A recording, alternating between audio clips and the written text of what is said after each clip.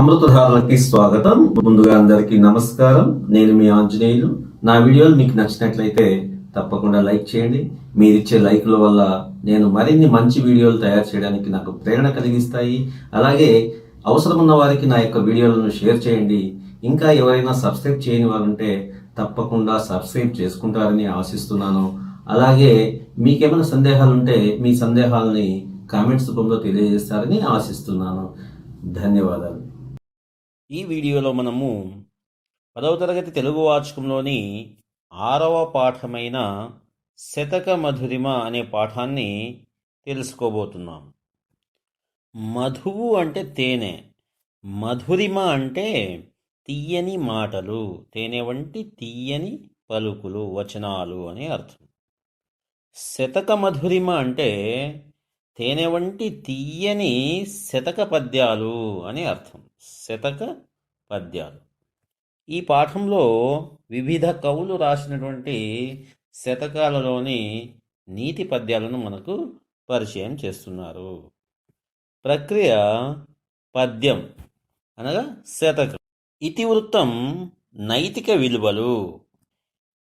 ఈ పాఠం విద్యార్థులకు పరిచయం చేయడానికి గల ఉద్దేశం, విద్యార్థి దశ నుండే పిల్లలకు అనగా మీకు మంచి నైతిక విలువలు, మంచి నడవడులు తెలియజేసి ఉత్తమ భావి భారత పౌరులుగా తీర్చిదిద్దడం కోసం ఈ నీతి పద్యాలను పరిచయం చేస్తున్నారు. ఇప్పుడు పాఠ్యభాగ ప్రక్రియను గురించి తెలుసుకుందాం. ఇక్కడ ప్రక్రియ అంటే పద్యం గురించి తెలుసుకోవాలి, శతకం గురించి కూడా మనం తెలుసుకోవాలి. మొదటగా పద్యం గురించి తెలుసుకుందాం. విశిష్టమైన సాహిత్య ప్రక్రియల్లో పద్యం ఒకటి. పద్యము ఛందోబద్ధమైంది అనగా పద్యం అనేక నియమాలతో, లక్షణాలతో కలిగి ఉంటుంది. గురువులు, లఘువులు, గణాలు ఇలా అనేక లక్షణాలు కలిగి ఉంటుంది. పద్యం లయాత్మకంగా, గానయోగ్యంగా ఉంటుంది. ధారణకు అనువుగా ఉంటుంది అనగా కంఠస్థం చేయడానికి అనుకూలంగా ఉంటుంది. అందుకే మన ప్రాచీన కవులు స్తుతులు, శాస్త్ర విషయాలు, నైతిక విషయాల్ని పద్యాల్లో చొప్పించి అందించారు. పద్య ప్రక్రియల్లో శతకం ఒక విభాగం. 100 పద్యాలు గల రచనను శతకం అంటారు.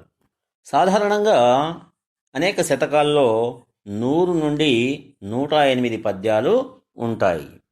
అయితే కొన్ని శతకాల్లో 300 పద్యాలు ఉండే శతకాలు ఉన్నాయి, 700 పద్యాలు ఉండే శతకాలు కూడా ఉన్నాయి. ఉదాహరణకి హాలుడు రచించినటువంటి గాథ సప్తశతి, సప్త అంటే 7, శతి అంటే 100, సప్తశతి అంటే 700 పద్యాలు ఉన్నాయి అని అర్థం. అదేవిధంగా సంస్కృతంలో భర్తృహరి రాసిన సుభాషిత త్రిశతి, త్రిశతి అంటే 300 పద్యాలు, త్రి అంటే 3, శతి అంటే 100, 300 పద్యాల రచన అది. ఈ విధంగా 100 పద్యాల రచనే కాకుండా 200, 300, 400, 500 ఇలా ఎన్ని వందల పద్యాల రచన అయినా కూడా ఉండొచ్చు. 100 కంటే ఎక్కువ ఉండాలి. శతక పద్యాలకు మకుటం ప్రధానం. మకుటం అంటే కిరీటం అని అర్థం. ఇది శతక పద్యాల్లో ప్రతి పద్యం చివర ఉంటుంది. అనగా రాజుకు తలపైన కిరీటం ఎలా శోభనిస్తుందో ఈ యొక్క పద్యానికి కూడా ఈ మకుటం అనేది ఆ విధంగా శోభను ఇస్తుంది అని అర్థం. ఈ మకుటం పదంగా కానీ, అర్ధపాదంగా కానీ, పాదంగా కానీ, పాదద్వయం అంటే 2 పాదాలుగా కానీ ఉండవచ్చు. శతకంలోని పద్యాలు ముక్తకాలు. ముక్తకాలు అంటే ఏ పద్యానికి అదే స్వతంత్ర భావంతో ఉంటుంది. అనగా ఒక పద్యం ఒక భావాన్ని పూర్తిగా తెలుపుతుంది, ఇంకొక పద్యంతో ఆ భావం అన్వయించబడదు. కావ్యాల్లో లాగా ఒక పద్యానికి ఇంకో పద్యానికి అనుసంధానం అనేది ఇక్కడ ఉండదు. ఏ పద్యానికి ఆ పద్యమే స్వతంత్ర భావంతో ఉంటుంది అని అర్థం. ఈ పాఠంలోని పద్యాలు మల్లభూపాలీయం, చిత్తశతకం, తరిగొండ నృసింహ శతకం, భక్త చింతామణి శతకం, ఉత్పలమాల, విశ్వనాథేశ్వర శతకం, నింబగిరి నరసింహ శతకం, లొంక రామేశ్వర శతకం అనే శతకాలలోనివి.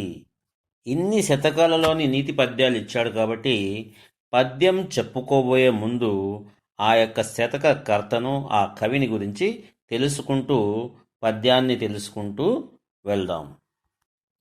నీరము తప్తలోహమున అనే ఈ మొదటి పద్యము సుభాషిత రత్నావళి నుండి గ్రహించబడింది.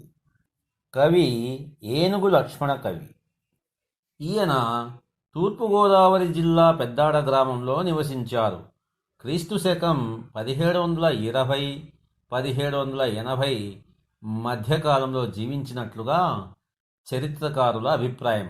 అనగా ఈయన 18వ శతాబ్దానికి చెందినవాడు.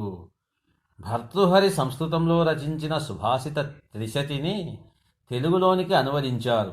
దాని పేరు సుభాషిత రత్నావళి. ఈ పద్యము సుభాషిత రత్నావళి నుండే గ్రహించబడినది. రామేశ్వర మాహాత్మ్యం, విశ్వామిత్ర చరిత్ర, గంగా మహాత్మ్యం, రామవిలాసం వీరి యొక్క ప్రసిద్ధ రచనలు. పద్యం వినండి.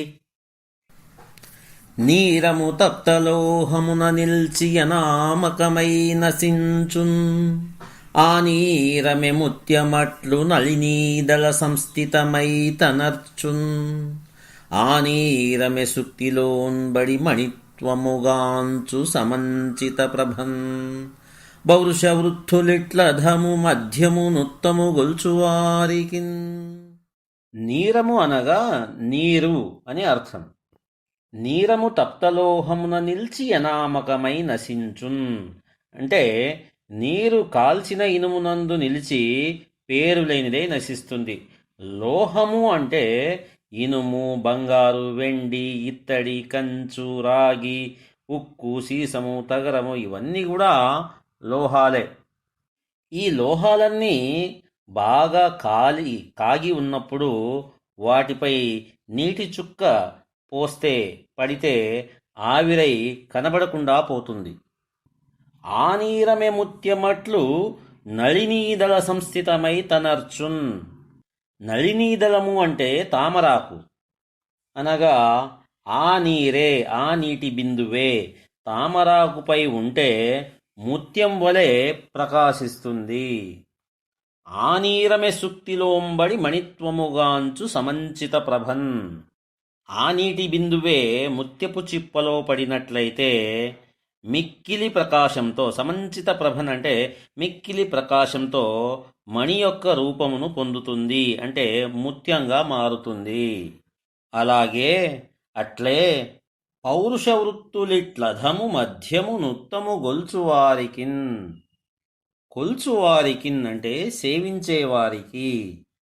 అనగా మనిషి అధముడిని అంటే నీచుణ్ణి సేవిస్తే అధముడవుతాడు, నీచుడవుతాడు. అనగా అధములతో చేరితే అధముడవుతాడు, మధ్యములతో చేరితే మధ్యముడిని సేవిస్తే వీడు కూడా మధ్యముడైపోతాడు, ఉత్తముడిని సేవిస్తే ఉత్తముడవుతాడు. పౌరుష వృత్తులిట్లు అంటే పురుషునకు సంబంధించిన నడవడులు ఈ విధంగా ఉంటాయి అని భావం. ఈ పద్యం వల్ల మనం తెలుసుకోవాల్సిన నీతి ఏమంటే, మనిషి నీచులతో స్నేహం చేస్తే ఇతను కూడా నీచుడైపోతాడు, మధ్యములతో స్నేహం చేస్తే మధ్యముడవుతాడు, ఉత్తములతో స్నేహం చేసి ఉత్తములను సేవిస్తే ఉత్తముడవుతాడు అని దీని యొక్క నీతి. కావున విద్యార్థులైనటువంటి మీరు మంచివారితో, ఉత్తములతో స్నేహం చేయాలి, ఉత్తములను సేవించాలి. ఉత్తముడనే వాని లక్షణాలు ఏ విధంగా ఉంటాయి అంటే, తల్లిదండ్రులను, గురువులను, పెద్దలను గౌరవిస్తూ ఉంటాడు, సత్యమునే మాట్లాడుతూ ఉంటాడు, సకాలంలో తనకు ఉన్న పనులు చేయడం, ధర్మ మార్గాన్ని పాటించడం, బీదలకు, అనాథలకు ఆదుకోవడం, దాన ధర్మాలు చేయడం, చక్కగా చదువుకోవడం, తోటివారిపై కరుణ, జాలి, దయ కలిగి ఉండడం, తనకున్న దానిలో కొంత ప్రక్కవారికి ఇవ్వడం, ఇతరులకు సహాయపడడం మొదలైనవి ఉత్తముడి యొక్క లక్షణాలు. ఇటువంటి లక్షణాలు కలిగినటువంటి వ్యక్తులతో మనము స్నేహం చేయాలి, అటువంటి వారిని మనము సేవించాలి. తరువాతి పద్యం రెండవ పద్యం. ఈ పద్యం కూడా ఏనుగు లక్ష్మణ కవి రాసినటువంటి సుభాషిత రత్నావళి నుండి గ్రహించబడినది. పద్యం వినండి. కరిరాజున్ బిసతంతు సంతతులచేన్ గట్టన్ విజృంభించువాడు ఉరు వజ్రంబు శిరీష పుష్పములచే నూహించు భేదింపన్ తీపు రచింపన్ లవణాబ్ధికిన్ మధుకణంబు జిందు యత్నించున్ ఇద్ధరణిన్ మూర్ఖులన్ నెల్పునెవ్వడు సుధాధారానుకారోక్తులన్. ఇద్ధరణిన్ ఈ భూమండలంలో, ఈ ప్రపంచంలో, కరిరాజున్ బిసతంతు సంతతులచే గట్టన్ విజృంభించువాడు. కరిరాజు అనగా మదపుటేనుగు, బిసతంతు సంతతులచే అంటే తామరతూడులోని దారాలతో. మదపుటేనుగును తామరతూడు నందలి దారాలతో బంధించడానికి ప్రయత్నించేవాడు. మదపుటేనుగును బంధించడానికి పెద్ద పెద్ద ఇనుప గొలుసులు కావాలి. తామరతూడుతో బంధించగలమా? అలా బంధించాలనుకోవడం మూర్ఖత్వము. ఉరు వజ్రంబు శిరీష పుష్పములచే నూహించు భేదింపన్. ఉరు వజ్రంబు అంటే గొప్ప వజ్రాన్ని, పెద్ద వజ్రాన్ని. శిరీష పుష్పములచే అంటే దిరిసిన పువ్వుల యొక్క కొనలతో. చాలా సుకుమారంగా ఉంటుంది దిరిసిన పువ్వు యొక్క ఆ యొక్క కొనలు. గొప్ప వజ్రాన్ని దిరిసిన పూల కొనలతో కోయాలని ప్రయత్నించేవాడు. వజ్రాన్ని వజ్రంతోనే కోయాలంటారు పెద్దలు, అంత గట్టిది వజ్రం. అటువంటి వజ్రాన్ని దిరిసిన పువ్వు కొనలతో కోయాలనుకోవడం మూర్ఖత్వము. తీపు రచింపన్ లవణాబ్దికిన్ మధుకణంబు జిందు ప్రయత్నించున్. లవణాబ్ది అంటే ఉప్పు సముద్రం. తీపు రచింపన్ అంటే తీయగా మార్చడానికి. మధుకణంబు అంటే తేనె బిందువు. ఉప్పు సముద్రాన్ని ఒక తేనె బిందువుతో తీయగా మార్చాలని ప్రయత్నించేవాడు. మూర్ఖులందెల్పునెవ్వడు సుధాధారానుకారోక్తులన్. ఉక్తులు అంటే మాటలు. సుధాధారానుకారోక్తులన్ అంటే అమృతవాక్కులు, అమృతం వంటి తీయనైన మంచి మాటలు.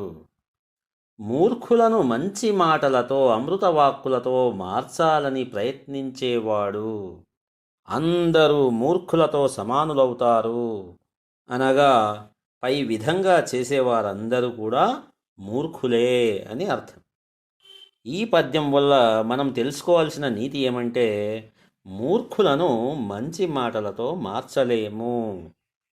మూర్ఖుడనేవాడు ఎలా ఉంటాడంటే మొండి పట్టుదలగా ఉంటాడు. అతడికి విషయం తెలియదు, ఇతరులు చెప్పేది వినడు. తెలియని వాడికి చెప్పవచ్చు, తెలిసిన వాడికి మరింత సులభంగా చెప్పవచ్చు. కానీ మూర్ఖుడికి చెప్పడం ఎవరి వల్ల కాదు. కావున మంచి మాటలతో మూర్ఖులను మార్చలేము. ఇప్పుడు మూడవ పద్యాన్ని తెలుసుకుందాం. ఈ పద్యం తరిగొండ నృసింహ శతకంలో నుండి గ్రహించబడింది. ఈ శతకాన్ని రాసినటువంటి కవయిత్రి తరిగొండ వెంగమాంబ. ఈమె 18వ శతాబ్దానికి చెందిన కవయిత్రి. చిత్తూరు జిల్లా తరిగొండ గ్రామ నివాసిని. బాల్యం నుంచే భగవద్భక్తురాలు. తరిగొండ నృసింహ శతకంతో పాటు శివనాటకం, నారసింహ విలాసకథ అనే యక్షగానాలు, రాజయోగామృతం అనే ద్విపద కావ్యం, శ్రీ వెంకటాచల మాహాత్మ్యం, అష్టాంగయోగసారం, వాసిష్ఠ రామాయణమనే పద్యకావ్యాలు రచించి ప్రసిద్ధికెక్కింది. పద్యం వినండి. పట్టుగనీశ్వరుండు తన పాలిట నుండిప్పుడిచ్చినంతలో దిట్టక దీనదేహులను దేటగలాలనజేసి ఎన్నముంబెట్టు వివేకి మానసమున్ బెంపొనరించుచు నూరకుండినన్ గుట్టుగ లక్ష్మి బొందున్ దరిగొండ నృసింహ దయాపయోనిధి. దయాపయోనిధి సముద్రమంతటి గొప్ప దయగలవాడా, తరిగొండ నృసింహ, తరిగొండ గ్రామంలో వెలసిన ఓ నృసింహస్వామి వివేకి, వివేకము గలవాడు, వివేకి అయినటువంటి వాడు, పట్టుగా నీశ్వరుండు తన పాలిట నుండిప్పుడిచ్చినంతలో భగవంతుడు పట్టుగా తన పక్షాన ఉండి తనకు ప్రసాదించిన దానిలో తిట్టక దీనదేహులకు తేటగా లాలన చేసి ఎన్నముంబెట్టు. దీనదేహులను అంటే అనాథలను, నిరుపేదలను కసురుకోకుండా ఆప్యాయతతో లాలిస్తూ అన్నం పెట్టి మానసమున్ బెంపొనరించుచు నూరకుండినన్. మనస్సును సంతోషపరుచుకుంటూ దేవునికి ఏమీ అడగకోకుండా ఊరకనే ఉంటే చాలు, గుట్టుగా లక్ష్మి పొందున్. అటువంటి వాని వద్దకు సంపదలకు అధిదేవత అయిన లక్ష్మీదేవి గుట్టు చప్పుడు కాకుండా వచ్చి చేరుతుంది. దీనులకు చేసే అన్నదానానికి ఇంతటి ప్రాశస్త్యం ఉంది. కావున దేవుడు మనకు ఇచ్చినంతలో కొంత అనాథలకు, అన్నార్థులకు, దీనులకు కొంత దానం చేయాలి. ఆ విధంగా చేసే దానం వల్ల విశేష ఫలితాలు మనకి లభిస్తాయి. కాబట్టి మనము కూడా ఉన్నంతలో ఎంతో కొంత అన్నార్థులకు దానం చేయడానికి ప్రయత్నం చేయాలి. తరువాతి పద్యం 4వ పద్యం. ఈ పద్యం భక్త చింతామణి శతకం నుండి గ్రహించబడినది. ఈ శతకాన్ని రచించిన కవి వడ్డాది సుబ్బరాయ కవి. వసురాయ కవిగా ప్రసిద్ధి పొందిన వడ్డాది సుబ్బరాయ కవి 20వ శతాబ్దానికి చెందినవారు. ఈయన రాజమహేంద్రవరంలోని దొరతనం వారి ఫస్ట్ గ్రేడ్ కళాశాలలో ఆంధ్రోపన్యాసకులుగా పనిచేశారు. హిందూ జన సంస్కారిణి అనే పత్రికలో భక్త చింతామణి పేర 80 పద్యాలు రాశారు. తర్వాత దాన్ని భక్త చింతామణి శతకంగా పూర్తి చేశారు. వీరి వేణీ సంహారం అనే నాటకం చాలా ప్రసిద్ధి పొందింది. ప్రబోధ చందోదయం అనే నాటకం, నందనందన శతకం, భగవత్కీర్తనలు అనేవి ఈయన ఇతర రచనలు. భక్త చింతామణి శతకంలోని ఈ పద్యాన్ని వినండి. తన దేశంబు స్వభాష నైజమతమున్ అస్మత్ సదాచారముల్ తన దేహాత్మల నెత్తెరంగున సదా తానట్లు ప్రేమించి తద్ఘనతావాప్తికి సాధనంబులగు సత్కార్యములంజేయగాన్ అనువౌ బుద్ధియొసంగుమీ ప్రజకు దేవా భక్త చింతామణి. దేవా, ఓ దైవమా, భక్త చింతామణి, భక్తులకు చింతామణి రత్నం వలె కోరిన కోర్కెలను ప్రసాదించేవాడా, తన దేహాత్మల నెత్తెరంగునన్, తన శరీరాన్ని ఆత్మని ఏ విధంగా ప్రేమిస్తాడో అట్లు అదే విధంగా తన దేశంబు స్వభాష నైజమతమున్, తన దేశాన్ని, తన భాషను, తన మతాన్ని, అస్మత్ సదాచారముల్, తన యొక్క మంచి ఆచారాలను అనగా అలవాట్లను ఎల్లప్పుడూ తాను అదే విధంగా ప్రేమించేటట్లు తద్ఘనతావాప్తికి సాధనంబులగు, వాటి ఔన్నత్యాన్ని పెంచడానికి సాధనాలైన సత్కార్యములంజేయగాన్, మంచి పనులు చేయడానికి, అనువౌ బుద్ధి యొసంగుమీ ప్రజకు, తగినటువంటి బుద్ధిని దేశ ప్రజలకు ప్రసాదించుము. ఈ పద్యం ద్వారా మనం తెలుసుకోవాల్సినటువంటి విషయం ఏమంటే, మన దేహాన్ని, ప్రాణాన్ని ఏ విధంగా ప్రేమిస్తామో అదేవిధంగా మన దేశాన్ని, మన మాతృభాషను, మన మతాన్ని, మన యొక్క మంచి ఆచారాలను ప్రేమించి వాటి గొప్పదనం ఇనుమడింపజేసే విధంగా చేయాలి. అటువంటి మంచి పనులను చేయాలి అని కవి అంటున్నాడు. తరువాతి పద్యం 5వ పద్యం. ఈ పద్యం భాస్కర శతకం నుండి గ్రహించబడినది. దీనిని రచించిన కవి మారద వెంకయ్య. ఈయనను మారన వెంకయ్య, మారవి కవి అని కూడా కొందరు అంటారు. ఈయన 1550-1600 మధ్యకాలంలో జీవించి ఉండవచ్చునని విమర్శకుల అభిప్రాయం. సుమతి వేమన శతకాల తర్వాత విస్తృత ప్రచారంలోకి వచ్చిన నీతి శతకాలలో భాస్కర శతకం మొదటిది. కావ్యాలలో దృష్టాంతాలంకారం ప్రయోగించడం వల్ల ఆయా సందర్భాలలో భావపుష్టికి తోడ్పడినట్లు ఉంటుంది. దృష్టాంతపూర్వకమైన నీతిబోధ సుస్పష్టంగా, సుబోధకంగా హృదయంపై గాఢముద్రను వేస్తుంది. భాస్కర శతకము తెలుగులో వెలసిన మొదటి దృష్టాంత శతకం. ప్రత్యక్ష నీతిబోధ కంటే దృష్టాంతపూర్వకమైన నీతిబోధ చాలా ప్రభావవంతంగా ఉంటుంది. దృష్టాంతము అంటే ఒక విషయాన్ని చెప్పడానికి ఇంకొక విషయం ఉదాహరణగా చూపడం అని అర్థం. పద్యం వినండి.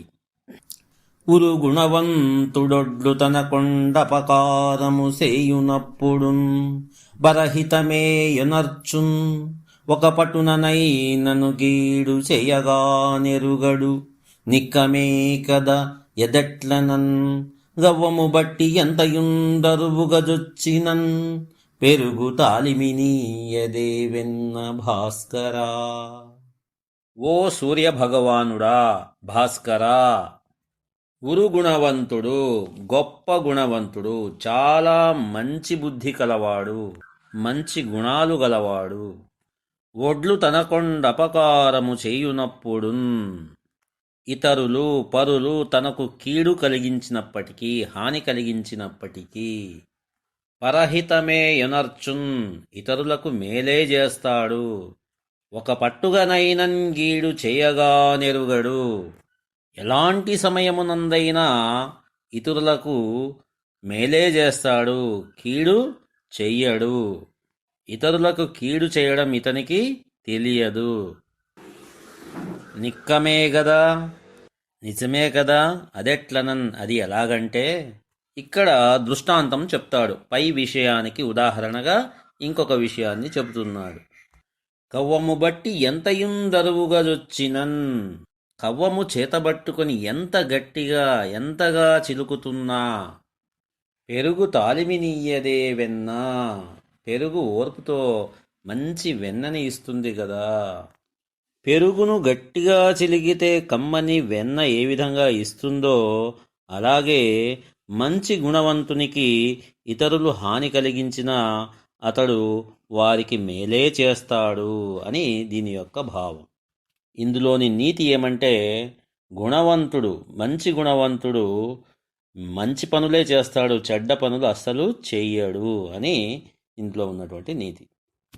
తరువాతి పద్యం 6వ పద్యం.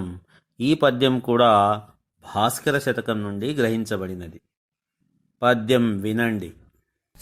స్థిరతర ధర్మవర్తన ప్రసిద్ధికి నెక్కిన వానిన్ ఒక్క ముస్కరుండతి నీచవాక్యములన్ గాదని పల్కినన్ అమ్మహాత్ముడున్ గొరంత వహింపడయ్యడన్ అకుంఠిత పూర్ణ సుధాపయోధిలో నరుగుచున్ గాకి రెట్ట ఇడినందుననేమి కొరంత భాస్కరా. భాస్కరా, ఓ సూర్యభగవానుడా, స్థిరతర ధర్మవర్తన ప్రసిద్ధికి నెక్కినవానిన్ ఎల్లప్పుడూ ధర్మాన్ని ఆచరిస్తూ జీవించడంతో పేరు పొందినవానికి ఒక్క ముస్కరుండతి నీచవాక్యములన్ గాదని పల్కినన్ ఒక మూర్ఖుడు, ఒక నీచుడు మిక్కిలి నీచమైన మాటలతో తిరస్కరించినంత మాత్రాన అమ్మహాత్ముడు గొరంత వహింపడయ్యడన్ ఆ ధర్మాత్మునికి ఎటువంటి లోపము కలగదు. ఎలాగంటే అకుంఠిత పూర్ణ సుధాపయోధిలో నరుగుచున్ అడ్డులేని నిండైన అమృత సముద్రములో అంటే అమృత సముద్రముపై కాకి ప్రయాణం చేస్తూ కాకి రెట్ట ఇడినందున నేమి కొరంత ఆ అఖండమైనటువంటి అమృత సముద్రంపై కాకి ప్రయాణం చేస్తూ చిన్న మలము వదిలినంత మాత్రాన ఆ యొక్క సముద్రానికి ఎటువంటి లోటు రాదు కదా. అనగా అఖండమైనటువంటి పూర్ణ నిండైన అమృత సముద్రంపై కాకి ప్రయాణం చేస్తూ రెట్ట ఇడిచినందున ఏమాత్రం సముద్రానికి లోటు కలగదో, అలాగే ధర్మవర్తనుడైనటువంటి మానవునికి ఒక్క మూర్ఖుడు, ఒక నీచుడు హీనమైన మాటలు మాట్లాడినంత మాత్రాన ఆ ధర్మాత్మునికి ఏమాత్రం లోపం రాదు అని దీని యొక్క భావం. తరువాతి పద్యం 7వ పద్యం. దాశరథి కరుణాపయోనిధి అనే మకుటంతో ఉన్న ఈ పద్యం దాశరథి శతకంలోది. దీన్ని రచించిన కవి కంచర్ల గోపన్న, 17వ శతాబ్దానికి చెందినవారు. ఈయనకే రామదాసు అనే పేరుంది. ఈయన భద్రాచలంలో శ్రీరామునికి దేవాలయాన్ని పునరుద్ధరణ చేయించాడు. సీతారామ లక్ష్మణులకు, హనుమంతులకు ఆభరణాలు చేయించాడు. కారాగారంలో బంధించబడినప్పుడు శ్రీరామునిపై అనేక కీర్తనలను పాడుకున్నాడు. అవే రామదాసు కీర్తనలుగా ప్రసిద్ధి చెందాయి. ఈయన శ్రీరామ భక్తులలో అగ్రగణ్యుడు. పద్యం వినండి. చిక్కని పాలపై మిసిమింజెందిన మీగడ పంచదారతో మెక్కిన భంగిన్ నీ విమల మేచకరూప సుధారసంబు నా మక్కువ పల్లెరంబున సమాహిత దాస్యమనేటి దోయిటన్ దక్కె నటంచు జుర్రెదను దాశరథీ కరుణాపయోనిధి. కరుణాపయోనిధి సముద్రమంతటి దయగలవాడా, దాశరథి దశరథుని కుమారుడైన ఓ రామా, చిక్కని పాలపై మిసిమించెందిన మీగడన్, చిక్కని పాల మీద మిసమిసలాడుతున్న మీగడను, పంచదారతో మెక్కిన భంగిన్, పంచదారతో కలిపి తిన్న విధంగా, చక్కెరతో కలిపి తిన్న విధంగా, నీ విమల మేచకరూప సుధారసంబున్, నీ నీలమేఘఛాయతో కూడిన రూపము అనే అమృతరసమును, నా మక్కువ పళ్ళెరంబునన్, నా యొక్క ప్రేమ అనే పళ్ళెమునందు ఉంచుకొని, సమాహిత దాస్యమనేటి దోయిటన్ దక్కె నటంచు జుర్రెదను, శ్రద్ధతో కూడిన సేవ అనే దోసిలియందు పెట్టుకొని ఇష్టంగా జుర్రుతూ త్రాగుతాను అని కవి కంచర్ల గోపన్న తన స్వామి భక్తిని ప్రకటిస్తూ చెప్పినటువంటి పద్యం ఇది. తరువాతి పద్యం 8వ పద్యం. శ్రీకాళహస్తీశ్వర అనే మకుటంతో ఉన్న ఈ పద్యం ధూర్జటి కవి రచించిన శ్రీకాళహస్తీశ్వర శతకంలోనిది. వీరు 6వ శతాబ్దానికి చెందినవారు. ధూర్జటి శ్రీకృష్ణదేవరాయల ఆస్థానంలోని అష్టదిగ్గజ కవులలో ఒకడిగా ఉండి అనేక సత్కారాలను పొందాడు. కాళహస్తి మాహాత్మ్యమును ప్రబంధ శైలిలో రచించాడు. ధూర్జటి పరమశివభక్తుడు, శుద్ధ శైవుడు, అపార మహిమాన్వితుడైనటువంటి కవి. రాజులను, రాజసేవను నిరసించాడు. ఈ పద్యం వినండి. జాతుల్ సెప్పుట సేవ చేయుట మృషల్ సంధించుట అన్యాయాపఖ్యాతి బొందుట కొండెగాడౌట హింసారంభకుండౌట మిథ్యాతాత్పర్యములాడుటన్నియున్ వరద్రవ్యంబు నాశించియు ఆశ్రీతానెన్ని యుగంబులుండగలదో.